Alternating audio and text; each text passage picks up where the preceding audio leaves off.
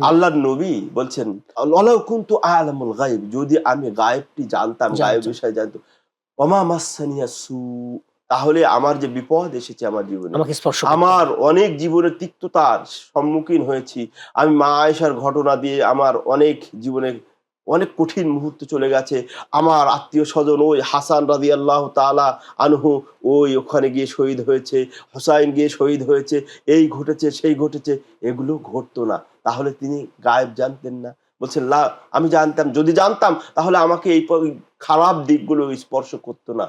আর আমার এত বলছেন, আর এই যে ভালো, ভালো কাজ, আমি রাতের নামাজ পড়ে, পড়ে আমার পা ফুলাচ্ছি, এত ইবাদত করছি, এগুলো আমার করার দরকার ছিল ছিল না। না। কারণ আমি তো জেনেই গেছি আমি জান্নাতে যাবো। আমার ভবিষ্যতে এই, আমার প্ল্যান এই, আমার এর সঙ্গে এই ঘটবে। তাহলে এগুলো দরকার ছিল না। তাহলে কোরআন থেকে যেগুলো আয়াতগুলো শুনলাম, এখান থেকে বোঝা যায়, আরো আয়াত আছে, সময় সংক্ষেপ বলে বলছি না। এখান থেকে বোঝা যাচ্ছে আল্লাহর নবী গায়েব জানতেন না।